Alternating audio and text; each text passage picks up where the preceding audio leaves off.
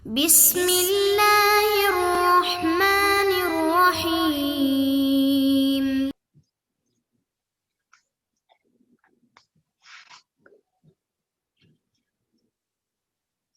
Okay, it's 6:30. Good time to start. Bismillah, alhamdulillah, wassalatu wassalamu ala rasulillah, wa ala alihi wa sahbihi wa man walah. Alhamdulillah, we're right around the corner with school starting again, and students, especially grade 11s and 12s, needing to complete courses, wanting to take certain courses, play around with their schedule. We want to talk about taking courses outside of ISNA, and procedures and advantages, etc., related to it. But before that, let me first introduce myself, Mr. Rasul, principal of the school. We have with us Ms. Aslam, the vice principal of the school. Inshallah, you've all met her as well. We also have Ms. Mohseni. She's our school guidance counselor and the department head for the guidance department. We also have with us Mr. Qureshi, who's the alternative school coordinator. He's the person who's really the expert on this issue, as has been with us many years, dealing with a lot of different scenarios, and he's going to shed light on these things in more detail, inshallah, later on in the presentation. So why are we here? What we want to discuss? Well, first of all, alhamdulillah, it's a great thing that students in Ontario, regardless of which school they go to, they have opportunities to take courses outside of their day school. Whether they're going to a public school, a private school, home school, whatever school they're going to, they can take certain courses in other institutions and make it flexible for them, etc. Why are students and what are the reasons for taking courses in other places? Some of the reasons include perhaps upgrading a mark. Student was not happy with their mark, or they might have even not gotten the credit when they took the course, so now they get an opportunity to retake the course somewhere else. Maybe the course is not offered at a specific time or semester. They want to take it at a more convenient time. Maybe it is offered, but it's conflicting with some other course. They can take a course outside. Um, they may want to fast track or have a lesser course load, in the last semester of their high school. So maybe they want to take a couple of courses outside and lessen their day course load. They may feel, and this is going to be a discussion later on, that it's easier to succeed outside, get good marks, and everything will be rosy and happy, and they'll enter Jannah. I mean Jannah University. Anyways, so we're going to discuss the myths and truths behind that as well. We want to share some policies, procedures to facilitate, make the process easy. We're here to support the students, whatever leads to their success, inshallah. We want to be here for them, but we need them to follow the procedures, so inshallah we can ensure things are smooth and there's no confusion. And we'll tell you about the confusions that it can cause when policies aren't followed. And finally, we want to highlight certain misconceptions, provide clarity for families, and answer questions. So with that, I'm going to pass it over to Ms. Mohseni. She is the guidance department head, as I mentioned, the guidance counselor of the school, and she will introduce the guidance department and their functions. So go ahead, Ms. Mohseni. Okay, Jazakallah khair, Mr. Rasul. So I just wanted to quickly go over the guidance department, who's in the guidance department, how are they here to help ISNA students. So I'll start by myself. So I'm the guidance counselor, Mr. Rasul has mentioned, and I'm also working with Mr. Qureshi. He is the alternative school coordinator who will be presenting as well today. And along with Mr. Qureshi, we also have Ms. Douglas with us in the department, and she's there for student support and well-being. And lastly, I just want to quickly go over some of the things that the guidance department will be helping students with, especially myself. So I'll be helping students with university applications. That's a big part of the guidance department, and also career exploration, planning, academic planning, just ensuring that everybody's credits are in order, and if they're running into any issues completing credits, I'm the person that will inshallah help them out. And then also, like I mentioned, we're going to be focusing a lot on social and mental health support. And that's why we're very lucky to have Ms. Douglas joining us, alhamdulillah. So we're going to be working with her quite closely for mental health initiatives. And I just wanted to quickly add, there is a guidance Google Classroom, and that information will be shared with you a little a little later on, but we will be sharing an email with you, which will tell you how to join this Google Classroom. It's very important that parents join the Google Classroom as well as students, because there are a lot of information, there are a lot of tips and information and events that I post there, which are very beneficial to students. So also I usually mention workshops and presentations that are coming up in the school that are also open to parents. So it's a great way to connect with the guidance department as a parent as well. So please make sure that once you do get that email with the link, that you join the Google Classroom. And if you have issues or if you have questions regarding the Google Classroom, please let us know and we'll do our best to make sure that you're able to join. So with that being said, I'm going to pass it over to Mr. Qureshi, who is now going to discuss more of the specific details that come with students taking courses outside of ISNA. So Mr. Qureshi, go ahead, please. Assalamu alaikum, everyone. I hope you're all having a great evening. I wanted to begin by saying that, mashallah, ISNA is equipped with all the courses that any student needs to get into any university or college program. So taking courses outside of ISNA is not something that we encourage students to do. It's just something that some students sometimes want to do on their own. And in certain situations where they have to repeat a credit or something of that nature, they end up having to take courses outside of ISNA. But if you go through your courses at ISNA, you will be equipped with all the prerequisites you need for any college or university program in Ontario, and as far as I know, around the world. So there's nothing limiting you at ISNA High School. And if you just take our courses, you will be successful. With that said, we have some rules in place for grade 9s and 10s wanting to take courses outside of ISNA. There are certain core courses that we offer that we don't want students to take outside of ISNA. Especially if it's their first attempt at taking these courses. And those courses are listed here. Some of the reasons why we don't want students to take these courses outside of ISNA is that it creates timetable conflicts at the school, and that can negatively affect the student foremost. And also the atmosphere in our school, we don't want students to have a lot of spares going into grade 10 and 11 especially. And that's why we want to protect these core courses, and we really do believe that at ISNA we can, provide you with the best instruction and the best teachers to go through these courses as well. There are certain exceptional circumstances under which we will consider applications. This will be on a case-by-case basis. An example of a case where we might allow a student to take a course, one of these core courses outside of ISNA is maybe the student is struggling with the English language, and their timetable will become far too challenging for them if it was 4 courses including English. We might look at that case and give them an exception. And there are certain other exceptional circumstances as well, which we can discuss with a student who wants to take the outside course along with their parents. So the next question is, how do you go about applying for a course outside of ISNA? The most important thing that you have to do is inform us that you want to take a course outside of ISNA. The best way to do that is by filling out the online outside course approval form. This form can be found on the ISNA Google, in the ISNA guidance classroom, on Google Classroom. And there's a link to it in this PowerPoint presentation or this Google Slides presentation as well. If you do want to apply for an outside course, there is a $40 application fee. And depending on where you're taking the course, there might be additional fees also associated with it, which we can go over a little bit later.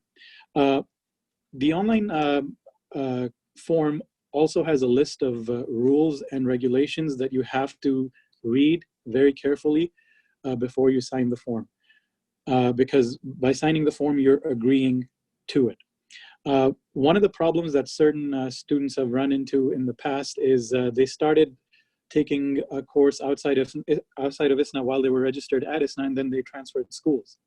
And so they lost that particular credit because one of the rules is if you're starting a course outside ISNA, at ISNA, you have to finish it at ISNA as well, okay? If you do not submit this form and you tell us, oh, I took this course without letting you guys know, there are going to be problems.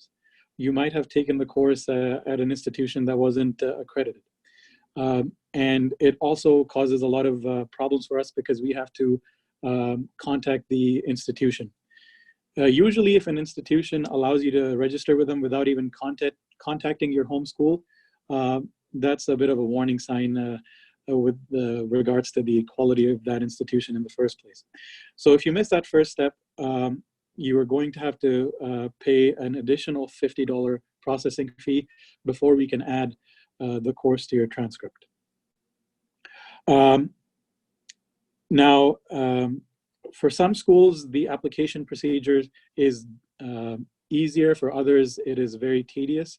So what we do for you as the ISNA High School Guidance Department is we provide you with signatures or transcripts or any other kind of information that you need to apply to that outside school. Okay, so that's all I wanted to say about the procedures. Let's move on to the next slide, which is some of the options that you have in terms of taking courses outside of ISNA. Now, before I go over these, I should mention that we are going through some exceptional times, and a lot of public schools are not really certain about how they're going to go about reopening. As a lot of you might already know, they were going to reopen September 8th. Now, apparently, it's September 15th in some school boards. And a lot of these school boards that are mentioned here have not really figured out when their start date is going to be and how they're going to accept students from outside their boards, let alone inside their boards. So the most popular option that students go for is AMDEC. Which is an online school, but it's a public online school, so it's basically free. If you have to write an exam, you have to pay a $25 exam processing fee, but it's more or less free, and it's a much cheaper option compared to some of the other schools that are listed here.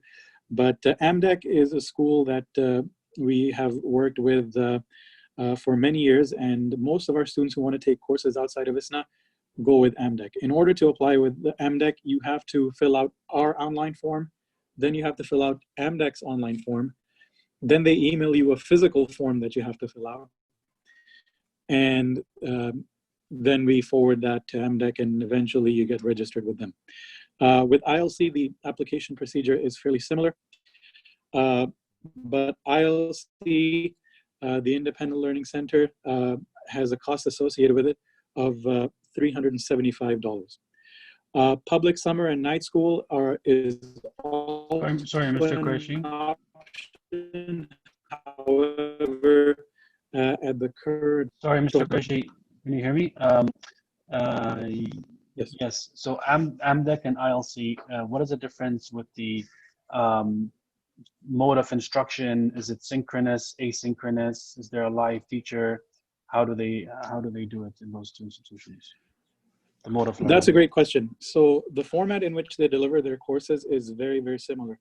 So basically, you have the lessons already posted for you, and you have to submit the lessons. With AMDEC, they require a certain number of a certain amount of work to be submitted every 2 weeks.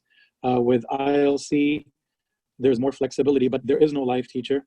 You can email your teacher to contact them, but other than that, they do not appear in a synchronous setting to give you instructions or explain the assignments. They're already on there posted for you, and you so never it's like really self-taught. Yeah, yes, and that's exactly, that's a very important point. Mm-hmm. It's basically all self-taught material, and you have to have the right aptitude, the right attitude, and the right motivation going into these courses before you decide to jump into them. And I'll tell you some stories about this later on. With public schools, we really have very little idea of how they're going to deliver their courses this semester, especially with the whole COVID-19 situation going on. But usually night school courses start somewhere in the middle of September and go until late December or early December sometimes. And night school courses run for 3.5 hours on Mondays and Wednesdays. That's how it used to be when there were physical night school courses. and it can be very draining, taking day school and then taking night school.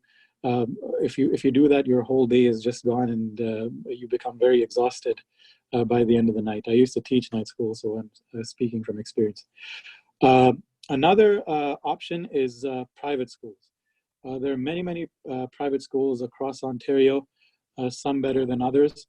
And if you're going to take a single course with a private school, it's going to cost you somewhere in the range of $500 to $800 per course. There's also weekend language schools and other weekend schools that are out there. And the option that's taken by the least amount of students at ISNA is the Virtual Learning Center, which is similar to AMDEC and ILC. But I guess not a lot of students know about it. And since it's very similar to AMDEC, most students just go with the AMDEC. And AMDEC, I believe, has a slightly larger variety of courses that they offer as well. So those are some of the options that students have when they're taking these courses. What you see in front of you is the link to the outside course approval form. And this Google slide presentation will be posted on the guidance classroom, as well as the invitation to the guidance classroom. There's several ways to join the guidance classroom, and one of them is to receiving this invitation, and your children can possibly forward this link to you, and I can share it with you as well if you wish to join the Google Classroom. There's also a code that you can enter to join the Google Classroom as well. Okay, some reminders before you take a course outside of ISNA. First of all, the guidance counselors. Mr. Qureshi, just a quick question. Sorry about that. Someone's asking regarding the summer school option, that it wasn't discussed in detail. Okay, so summer school applications usually begin in late second semester. So usually around early May, you can start applying for summer school courses. And this year, summer school was completely online. I actually taught a summer school course myself, and it was taught completely online. And there was some synchronous aspect to it, but it was mostly, again, a self-taught course. To apply for summer school, you basically have to fill out a physical form from Peel or the Catholic District School Board or whatever school board it is in the area that you're living in. And then we forward the form to the appropriate email address. That's usually how that application process works. So if you have any further questions about that, I'm not sure how much more detail I can go into with regards to that, but you can ask me during the Q&A session as well. So hopefully that was clear. So I just wanted to mention, we as guidance counselor at ISNA will only help you apply for the course. If you need transcripts or signatures, that is our role. We are not responsible for helping you complete the course, and in fact, we cannot help you complete the course. We cannot be contacting your teachers to give you extra time on an assignment. We cannot, tell the teachers that, you are going through some difficulties because we do not work with those schools. We give those schools information about you so that they can put you in their system, but we do not know, or we cannot access their databases. So if you're having troubles with your outside school, there's very little that we can actually do to help you out. So please do keep that in mind when you sign up. This summer, for example, a lot of students were very anxious in the beginning of August because they had no idea how to log in to their courses. But the problem with that was at ISNA High School, we don't really work with the Peel District School Board or the Toronto District School Board. So we weren't able to help our students too much with respect to that problem. And I just want to also add, Mr. Qureshi, just one note that even public schools, when kids in public schools, day schools, take these courses outside, the public schools don't help them. It's not like the guidance counselor at a public school will help the kid with any of the things you mentioned. So that's just it had nothing to do with this in the high school. It's just the way these private schools and these online schools operate completely different than the day schools. That's correct. Thank you. I also want to mention that you should do your own research and familiarize yourself with the application process of your school. There's many schools out there, and we don't have the information about their application processes on our fingertips. So before you sign up for a school, research it, read about it. If you know anyone who's taken courses, then come to us to help you send additional information to that particular institution. A reminder, we're not affiliated with outside schools in any way. And if you're having difficulty accessing your courses, there's very little we can actually do to help you out. Once you have completed your course, it's your responsibility to give us the report card. Because a lot of these schools, even some big public schools, do not follow up with us and automatically send us your report cards. There's no link between us that magically sends your marks to us. So at the end of the course, ask your teacher or your institution to give you a report card, an official copy, and forward that official copy to us. And sometimes we might get 2 copies as a result, but it's always better to be safe than sorry. Make sure that you're added to the guidance classroom so that you can access all this information and all these links that we're mentioning. Now let's talk about some statistics and some myths and some stories. In AMDAC last year, 21 students approximately signed up for courses, and 9 of them were unable to complete the credit for various reasons. Sometimes the course content was too difficult for them to handle. Other times they weren't able to manage their time properly in order to finish the course. Other times they just didn't gel with the teacher that they got. With ILC, it was a bit of a horror story last year. Many students at the beginning of the year, sometimes even the summer before the school year started, enthusiastically signed up for courses with the ILC. And I guess this was a somewhat popular option amongst them because they'd heard stories about how great ILC is. But 7 out of 9 of them were either not able to complete their credits or complete their credits on time for graduation. And a lot of these were grade 12 students. And one of the major reasons was that if you're going to take these courses with AMDAC and ILC, you need to be a very self-motivated person. You cannot leave everything to the end. If you just try to say, okay, it's still January, I have till June to complete the course, I'm just going to take it easy now and get everything done in June, a lot of problems are going to arise. So for a lot of students, their teachers were not able to mark their work in time because they left all their work to the end. And so that tells you a lot about the difference between having a live instructor and having to take a course online with the teacher only occasionally contacting you only through email. With night school this year, generally speaking, students scored lower, much lower on their courses than the average or median at the same courses at ISNA. Some students got 65%. Some students who were very enthusiastic about night school and thought they were going to do really well at night school ended up with a mark that was much lower than the median mark for the same course at ISNA High School. Okay, so keep these statistics in mind before you decide to take a course outside of ISNA. Let's talk about some. Let's bust some myths, as they say. Okay. One of the myths that's going around is that a higher mark is guaranteed if you take a course outside of ISNA. The reality, and the statistics show this, is that this is not the case. It depends on many factors. Yes, there are many success stories of students doing really well at English in summer school. There are many success stories of students doing really well at night school or with AMDAC. But I can tell you, and these statistics show, that for every success story, there's a story of a failure. There's a story of a mediocre mark. And so don't buy into this myth. A lot of factors go into how successful you're going to be. One of the factors could be the teacher. the teacher might be great, but the teacher might not be great for you, and you don't get to pick the teacher. Your aptitude.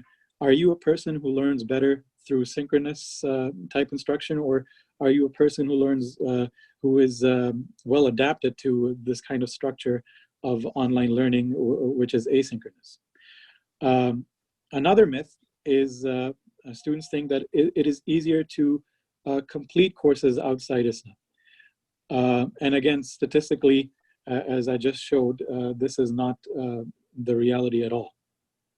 Another myth is that it is impossible to earn a higher mark in certain courses at ISNA. And what I can tell you is that, there are a lot of success stories at ISNA. Students who graduate from ISNA get into, statistics show that they get into the university programs of their choice, very often their first choice. And if you just put in your effort and maintain contact with your teachers, there's nothing stopping you from being successful at any course at ISNA. Okay. There are certain small private schools that students think will guarantee a high mark, but this is also not always true. And a lot of these private schools, I'm not mentioning any names, but they do have some shady practices. And we have to know that these schools are inspected by the ministry, and at any time, if there's an incidence of malpractice, they can be shut down. So when you take a course at some of these shady institutions, you're kind of taking that risk yourself as well. Another myth is that it doesn't matter where you take the course, universities will look at it with the same lens. This is not true, and many university representatives have come to ISNA to tell us that this is not the case. Summer school courses are not rated as highly as day school courses. Night school courses, repeated courses, courses taken outside your home school are not seen in the same way by universities. So if you're a student who took 3 courses in day school and 3 courses at summer school or night school, you are at a slight disadvantage. And this has been confirmed again by several university representatives. I also want to mention, and we talked about this earlier, and perhaps I should have included it here as well. A lot of students think that they can fast track, or that taking a course in summer school or night school will lighten their load. I think this mentality is something that also needs to be addressed, because fast tracking through high school or secondary school is actually not very easy. I actually don't know any student in my career who's actually successfully been able to do that without having to do something in their 4th year of high school.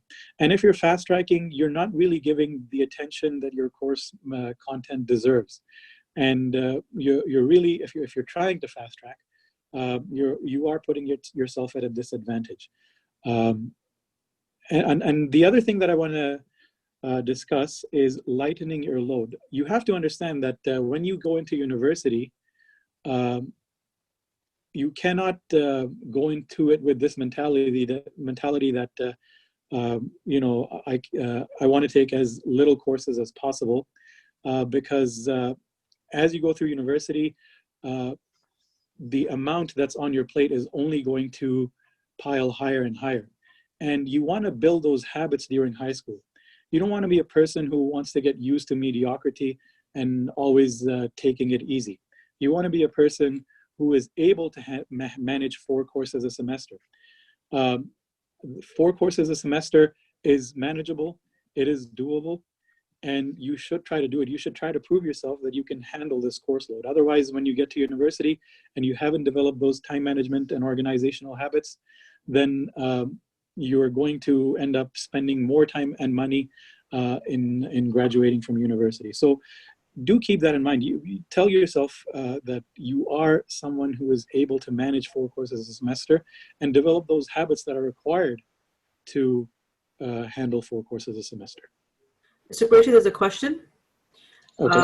So there's a question that says, if my child takes a course outside of ISNA because you don't offer that course, the reality, point number 5, says courses may not be weighted equally. Will my child be at a disadvantage since many courses aren't offered at ISNA? In my opinion, that is not the case because, as I mentioned earlier, ISNA offers every course that you need to get into any university program that you want to. So in grade 12, most universities, with some exceptions, look at your top 6 grade 12 credits. And the grade 12 credits that we offer are sufficient to get into any university program.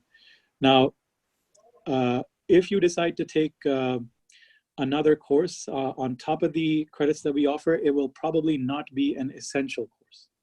Okay, if you take an essential course outside of ISNA, then yes, you will be at a disadvantage, but ISNA does offer those.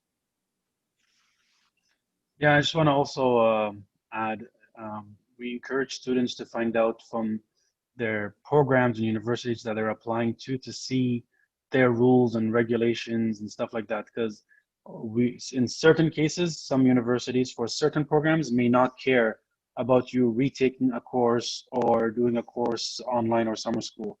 That same university, another program will say, no, in this program, we do care if it's a second course. We do care if it's a course outside your day institution. So students have to check with those specific universities. That's what we always tell them to do, just to be, 100%. But as Mr. Qureshi said, there's really, I don't know what course students are talking about that we don't offer. It would be an elective course, because all the compulsory courses for any program, any university program we offer, which really is the 3 maths, the 3 sciences, and English. Everything else is an elective, and we have plenty of electives. Students who want to go into any programs, they don't need to take, in certain programs, they just need to take English and then a bunch of electives, 5 other electives. We have almost 10 electives in grade 12. So, yeah. That's a very good point. Jazakallah khair. I just want to also add, Mr. Qureshi, I think Mr. Qureshi was alluding to it, but he was being very, soft with it, and he didn't want to criticize any school heavily. Look, just want to be straight up. There are places where you can buy your credit. I'm just going to say it straight up. You can go and buy your credit. And students come to me after and tell me exactly how they're able to buy their credit. And they laugh about it. They say they'll give us basically 4 cheat sheets. We can, for each test, we can take 2 or 3 or 4 pages of cheat sheets into our test. I don't know any university that allows that. Certain courses where there's a lot of formulas, they may tell you can use 1 pager, right? And not only that, they will give you practice tests ahead of the regular test to prepare you for the test. And often it's exactly the same as a test, right? So some of these institutions, private institutions, they're in business strictly because students can buy their credits. And there were articles, mainstream articles in the Toronto Star and other places about these places where they call them credit mills. So if a student wants to just, get a high mark and just pay for that course, I've had parents come to me and regret it and say, my kid didn't learn anything. They tell me, and I said, brother, I told you that this would happen. And they're like, yeah, you did. And my kid did not learn anything. He got a 90 in that course, but he did not learn at all. And so, especially if a kid does 2-3 courses like that, it's a recipe for success, not success, but failure once they get into university. So we're trying to prepare students not only to get admitted to university, but stay in university, succeed in university, get through first year university, which is very hard and competitive and difficult to transition to first year university. Often the students come back and thank our teachers, Miss so-and-so, Mr. So-and-so, Mr. Qureshi, your chemistry class, physics class, alhamdulillah, you really prepared me well. So we want to prepare the students not only to get to university, but inshallah stay and succeed in university. Alhamdulillah, from the people we talk to, from who we know, alhamdulillah, our teachers are doing a great job with that. Yeah, I want to emphasize that. Sorry. I just want to say, it's not just about the mark. You also have to ask yourself, did you learn the skills that you need to succeed at university? Getting into university is one thing, but actually succeeding there, you need certain skills. And if you're just trying to, buy a credit or just get a high mark, that's really should not be your priority. Yeah. Mr. Qureshi, Mr. Sewell, I just wanted to add one more point that often we see Yes. students taking core courses outside of ISNA and then coming back to school the next day and getting help from our current teachers because they couldn't understand the Yes. material and content. You're a great point. They beg us, can I please stay in the class of Mrs. Yeah. So-and-so, although I'm taking the course outside? We say no, it's going to be a distraction, and we don't want the teacher to have the responsibility of a student who's not officially registered in the class. So we might as well share that with you all and let your students know if they're taking a course outside of ISNA, they can't just sit in the class. They have to be registered for the class. There's legal obligations for teachers to ensure their kids are safe and all of that, and we don't want to have an unofficial students in any of the classes. Okay, thank you, Mr. Qureshi. I guess we can go to the next. Yeah, we're at the end, guys. We'll take inshallah your questions, clarifications. Again, there are, alhamdulillah, there's flexibility to take courses. Please, think twice, 3 times. If you're in doubt, if your son or daughter, and I know we're talking to students and parents right now, but if your son or daughter gives you this rosy picture that, you'll get this amazing credit and they'll be able to get scholarships, just come speak with us, inshallah. We've dealt with the students for Mr. Qureshi started about a year after me, so he's been at ISNA 11 years. He's dealt with so many students in so many cases. We have bigger aggregate of data to tell you, some kids succeed, some don't. So just come and speak with us, inshallah. We'll do the best we can. We're not here to discourage students from pursuing whatever they want. We want to be there to support them. It just hurts us when they go and take these courses and then regret it after, do worse, in marks certain times, and sometimes when they do better in marks, but they don't learn much in those courses. Okay, just a few questions have come in.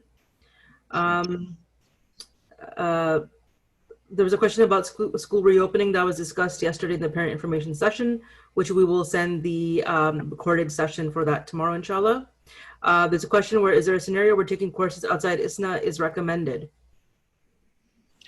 In my personal opinion, and I'm sure most of you will agree, no, I would never recommend that you take a course outside of ISNA. There's another question. Can I drop an ISNA course after registering for it? Sorry, I just want to go back to the previous question quickly.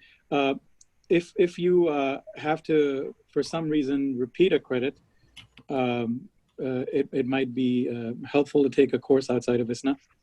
But other than that, I don't think you have to. Sorry, and what was the next question? Sorry. Can I drop an ISNA course after registering for it? Can you drop an ISNA course? So dropping credits, yeah. It's okay, Mr. Qureshi. There's a course drop deadline. So there's a deadline whereby you can change a course, and I believe it's the first week of classes, and then you can drop a course until 1 week after the midterm report card has been published. So that's dropping it and the credit not appearing on your transcript. You can still drop it after all the way to the end, but a incomplete mark will show up on your transcript. If you retake the course, the universities will know that you've attempted the course somewhere. So if you don't want that to appear on your transcript, you need to make sure you drop the credits maximum 1 week after the midterm report card is published. Okay, there's another question, Mr. Qureshi, Mr. Rasul. This anonymous attendee says, based on everything you presented, there does not seem to be any strong reasons for taking the courses outside. But at the same time, there seems to be a big hype and popularity of those courses. I feel like I am missing something undercurrent given that you had to do this presentation.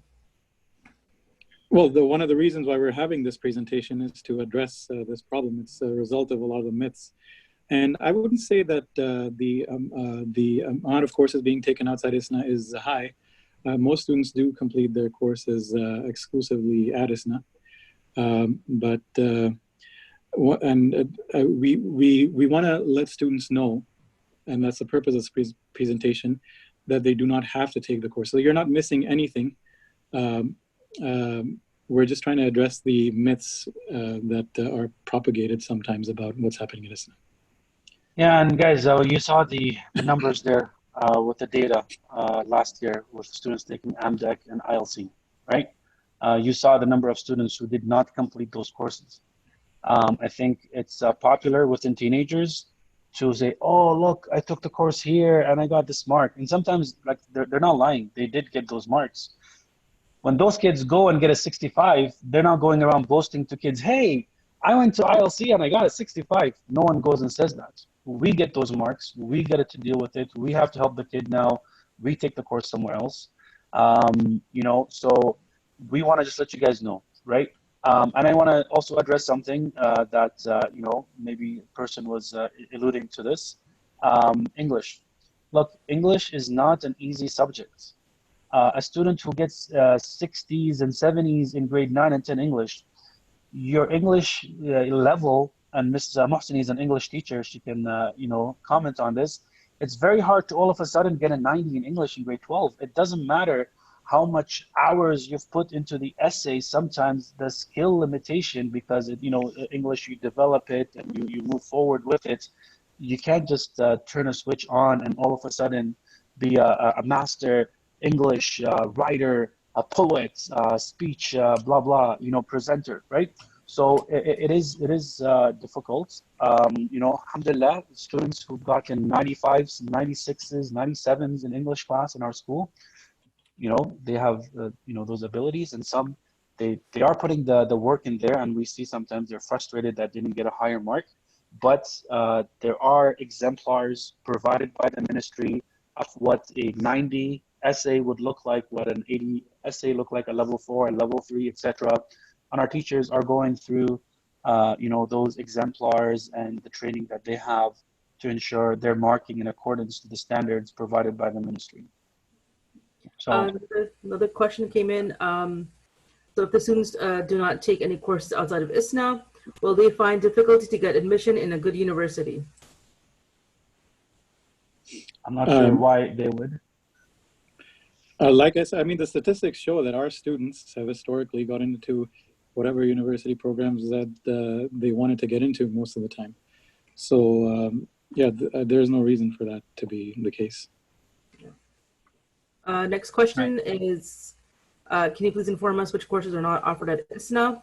For example, do you have computer science, French, or other technical courses, computer hardware, or electronics, etc.? So that's a good question. These electives, and some of these electives, by the way, not all public schools offer it. Certain public schools might offer certain electives that other public schools may not offer. So these very individualized, programs like electronics and French all the way up to grade 12. Some schools may offer it, some not. Now here's a thing. There have been students who, for example, were good at French and they wanted to continue taking French. We don't offer French past grade 9, and we told them, hey, this is a case, and maybe that answers one of the previous questions. In what scenarios would a student take courses outside ISNA? Yeah, so if a person wants to take more French courses, that's a good example of taking courses outside of ISNA. Computer science, we've offered computer science in grade 11 in the past. Been hard to get a teacher to teach that. That's another course. I would say person wants to do programming, computer science, they can take the course outside of ISNA. The way we've tried to deal with computer programming the last 2 years is offer a coding club at the school so students can practice coding and programming. And inshallah, this year I've already spoken to Ms. Anijaz, who was the supervisor last year, to try to find institutions and places where the students can do the coding online and robotics and stuff like that. Okay, so yeah, some of these more technical courses, again, you'd have to go and find out which public school offers it. Not every public school will offer those courses.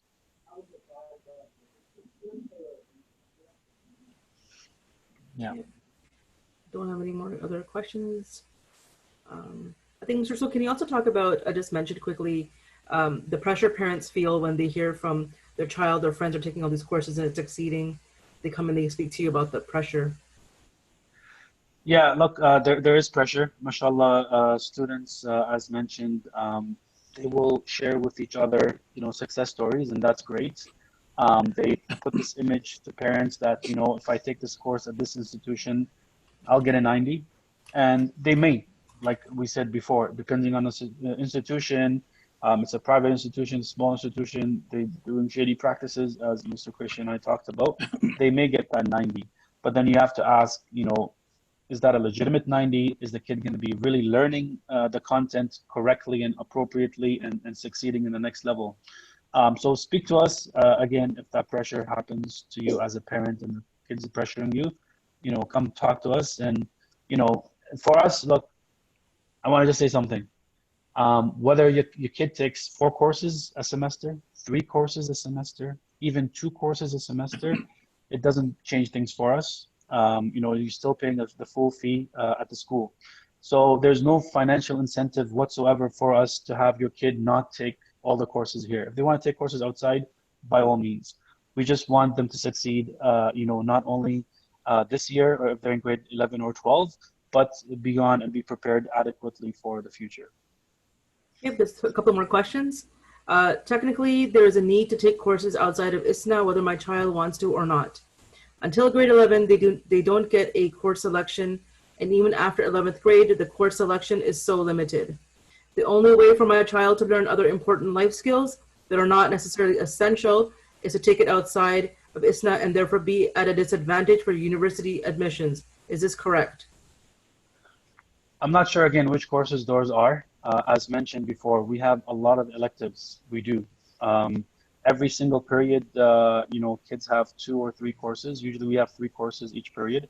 So there are a lot of electives. I can tell you my nephew, who goes to a public high school, wanted a credit that was an elective credit. I think it was world politics, which we offer at our school.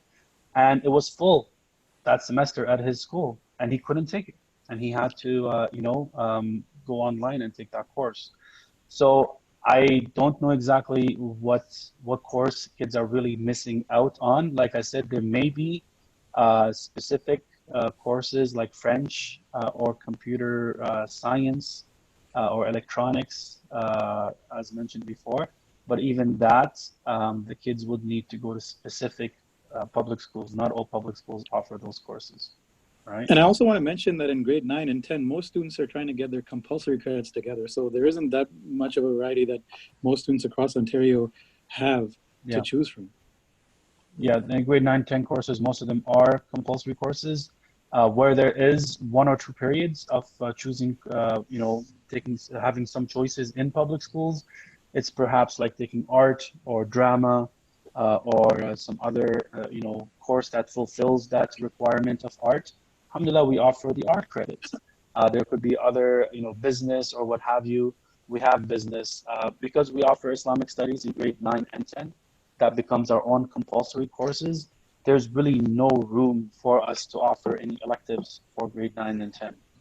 We have started last year, by the way, students who struggled with Arabic, we offered an alternative course for them. Students who struggled with French and didn't have the French requirements, we offered an alternative course for them. So when there is a need, we will offer an alternative. Other than that, most of the courses, as Mr. Qureshi mentioned, are compulsory, regardless of which school they go to. Some more questions coming in. Do you offer any AP courses? If not, what is the reason for that? Okay, so advanced placement courses, again, offering such courses, there's a lot of work and costs behind it to get certified as a school that offers such courses. Alhamdulillah, we're in Ontario. The Ontario program is recognized not only across the province and Canada, it's recognized across the world. We have students from here who've gotten in universities all over the place. So there's no need to offer an AP program whereby our costs would go up and then the tuition would go up and make it more difficult for parents to pay for the school. So there's no need for it. Alhamdulillah, our students have gone into universities and succeeded in universities. Good track record of that, alhamdulillah. So there's no need to offer AP or IB courses. Okay. Another question, there is a trend towards STEM courses, and some parents and students feel that by taking summer courses, the student might be able to take additional courses in the humanities and social sciences, example, history, visual arts, at the same time ensure that they also take sufficient STEM courses. I mean, if you do want to take courses in the summer, we're not going to stop you. But we do offer humanities courses. We do offer, history courses, geography courses, philosophy courses. As Mr. Rasool mentioned, there's multiple electives that we offer at ISNA as well.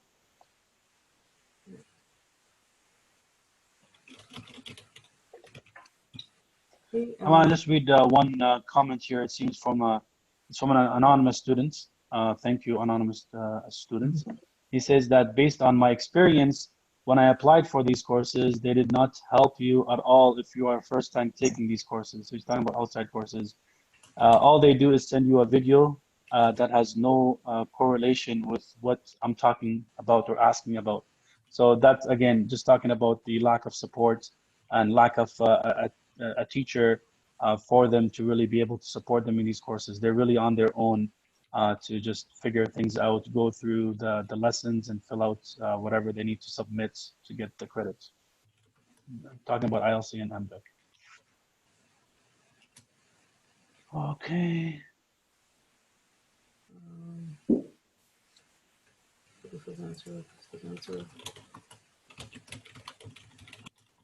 Okay, there's another question. If my child is planning to study computer science at the university, when would be the best time for him to take the computer science courses outside? Should he take it at starting as early as in grade 10? Or is it better to postpone it in the later stages, such as grade 11 or grade 12? Can I answer this one quickly? I would just say it's better to start it when they're in grade 1. Okay, so now they do have programs, robotics and stuff like that from grade 1 all the way to 12. So if a kid is really interested in that, or you want them to check those things out, robotics clubs and robotics programs are offered all across. And so, yeah, there's no, is it too early? No, if that's their passion or you want them to get used to it, take it as soon as you can. Like I said, it's really introduction to computer science in high school starts in grade 11. Other computer program courses in grade 9 and 10 really are not that intensive. The first real computer programming in high school is in grade 11, introduction to computer science. But as I said, I would have the kid register in robotics programs and other courses in the community.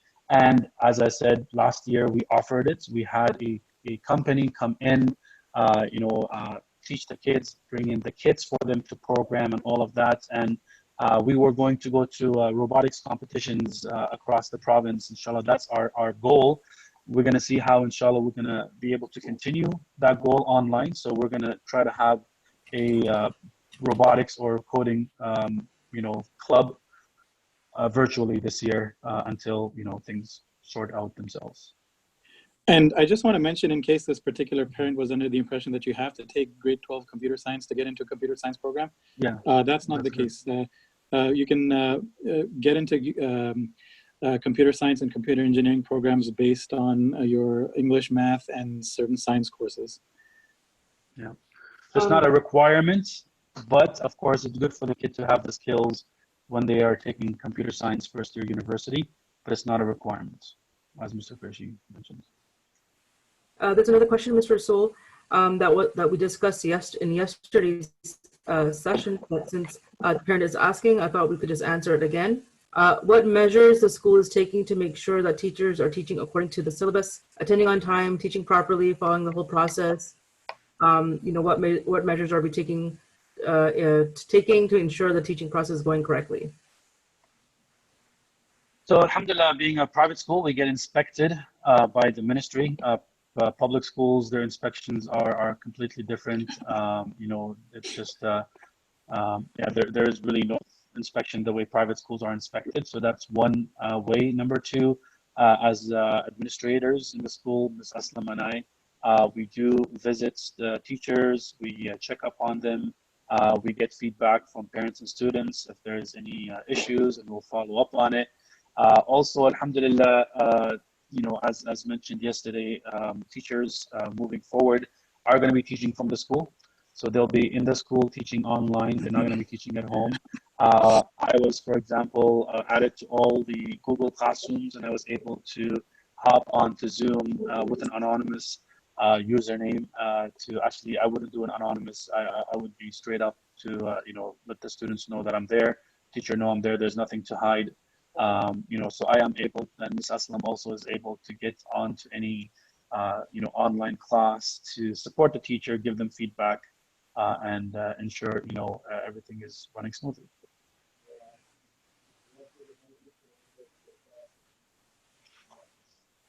Okay, another question. It's more of a confession. It says a confession. 2 of my daughters took English in summer school as they felt that it was difficult to get a good grade in English at ISNA. What leads to such thinking amongst ISNA students, where they feel that if they take a certain course at ISNA, they will get lower grades? Okay, again, let me take this one, Mr. Christian. You can add to it after I'm done. So as I mentioned, and I do want to hide the reality of the English course. So the English course, as I mentioned, English is not an easy subject matter, and some students have the skills I said, or there's not their strength. Again, as a school, as educators, as teachers, we have to follow the guidelines and everything else from the ministry very, very closely. Students who are taking these courses outside, they are not always getting higher marks. Mr. Qureshi, the 65 mark, was that English? That was calculus. Calculus. Okay. There have been students who wanted to drop English because they couldn't complete it. Because the online English, right? The AMDEC or whatever, right? So it's not always the case. So for the person who's having the confession, if your kids had a great teacher and the kids learn and they got a good mark, good for you. We're happy for you. You don't need to confess anything, okay? But if you don't feel it was adequate, let's see what happens, and let's hope they succeed in the next time they take English. I think this is very important for all parents to review the curriculums that are they're available for everyone online. And in the English curriculum, often we don't realize that there's a lot of analysis and critical thinking and reflection and making connections to real life situations. That is where the challenges lay. Reading novel studies and asking factual questions, that's basic, but then taking it to thinking inquiry level, at higher learning and analysis and making connections, that's where a lot of students struggle with, and it's not, which is why it doesn't become so easy to get higher grades in that course. And that's traditionally since time from when I think Mr. Qureshi and all of us, Mr. Rasool, Ms. Masani, we can vouch for, like, English course has never been an easy course in high school. That's what my experience was too. Ms. Masani, you want to say anything as an English teacher? I know you've been shaking your head. If you want to add anything as an English teacher. No, I agree with everything that everyone said. Yeah, I've taught English before, and we would have similar conversations. I've had these conversations with my students previously. Just to talk about some of the instances I've witnessed with students taking English online, I used to get a lot of students coming up to me and saying, Miss, if they had taken grade 12 English ahead instead of taking it at ISNA, they would tell me that it was very intense. Like there were essays that were basically piled on them. It was just back-to-back assignments and essays, and they found it quite overwhelming to stay on track because certain times things were quite condensed, whereas at ISNA you get that teacher support, and that's something really important. Like teacher support is one of the biggest strengths at ISNA. Our teachers are very helpful and they're always there for students, but sometimes you won't find that in other schools. Okay, so there's no more questions. Okay, guys, inshallah, alhamdulillah, we've been on for an hour. Thank you all for joining. I hope it was informative. Inshallah, it gave you more clarity. You can always call us, email us if you have other questions or things that pop up. Just because the webinar is ending, it doesn't mean we're going anywhere. We're here for you. Inshallah, we will share this recording along with the other 2 sessions we did yesterday. So you'll be emailed all these sessions. You can review it. You can, look at it with your son or daughter. You can have a discussion with them on any points we've mentioned. And inshallah, would love to hear anything else or any feedback. All right. Thank you all. Jazakumullah khairan. May Allah bless you all. Enjoy the rest of the evening and your weekend. And I'll see you all on Monday. Assalamu alaikum. Alaikum.